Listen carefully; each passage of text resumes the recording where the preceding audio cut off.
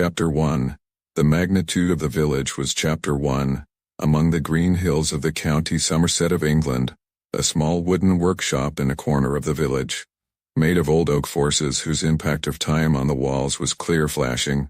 Within the fresh scent of wood, tool tanks and the velvet spreading of scattered on the table was spread. This workshop was the owner of Thomas Whitmore, about 50 years old, long stature, a man with wide shoulders. His face was triggered by sunlight and winds, but in his eyes there is always the glow of devotion towards his work. Thomas was unamiscus in his work. He turns roughness and carable wood into such beautiful table or chair that the viewer may be riot. But everyone in the village knew he didn't believe in God. The village was an old church, St. Mary's Church. People often go for a prayer on Sunday and go through the Thomas store and say, "Tom, ever come to church with us? Nothing worsens anyone by a little faith." Thomas responds with a light smile. "I earn my bread with the hard work of my hands. No God comes, and no my saw." Religion and prayer for him was simply a consolation of people's minds, no real thing. Chapter 2. One evening of January night, cracking down on the horrific winter storm village. The winds were thundering as if a monster was screaming in the dark of night.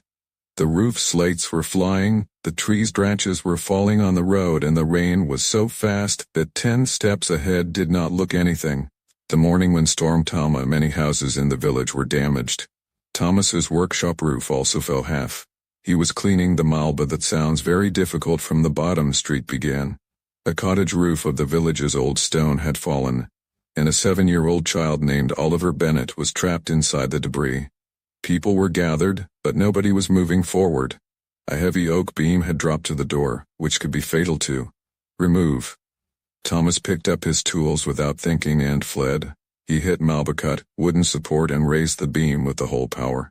His sweating was also dripping in the cold air. Breathing was fast, but in a short moment he pulled out Oliver. The child was scared but alive. His little hands were holding Thomas' hands tightly, as if he were saying, "You saved me." Chapter 3.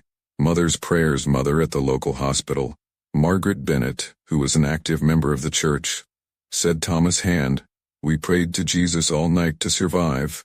And today the Lord sent you?" Thomas didn't say anything, just listened quietly. But this sentence fell depth into his heart. Was that really coincidence?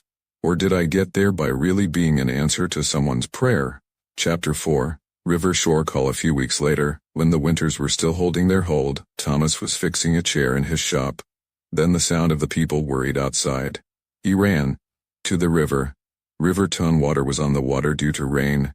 In the middle drift the village elderly postal Arthur Green was flowing in the flood, somehow stamping by holding a wood fence. Thomas took a rope without a moment, tied up with the edge pillars, and jumped into cold water like snow. Fast waves were pushing him, but he reached Arthur and pulled the rope and pulled him off with a full power. Shanking Arthur looked at him and he was banged. "God good o' you, son. You came to be my protector today."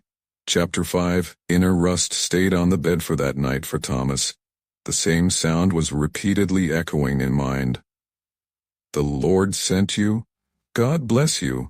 I don't even believe them," he thought. "Why then do people say I'm from their sent ones? Was I really wrong?" He recalled some things of his past, when she once left the hair from the collapse of the building, when the unknown person gave him way without reason, when help at his door in Kingali came. Perhaps, he began to think, always has an invisible handle him. Chapter 6. The church's door was passing through a Sunday morning, before Thomas St. Mary's. The bell's sweet voice was spreading in cold air, and the melting of him from open door was, "Come, tired grand, come to me," that spontaneously stopped. A few moments later his steps increased within himself. Wicker, Reverend James Carter was saying, "Sometimes God uses them too, who just don't believe them right now. Their plan is far bigger than our understanding, and perhaps they've been calling you long ago." Moisture was filled in Thomas's eyes. He said slowly, "I didn't believe you to this day. I didn't call you. But perhaps you believed me, and called me." Chapter 7. The new life changed Thomas after that day. He works as hard as before, but pause for a moment before starting work, thanking God. He no longer only made furniture, he makes money, repairs bench in the church for the elderly, wooden toys for children and for the needy. The villagers say, Tom hasn't been like before now. He simply responds by smiling. When the heart is ready to hear, the Lord's voice is heard everywhere.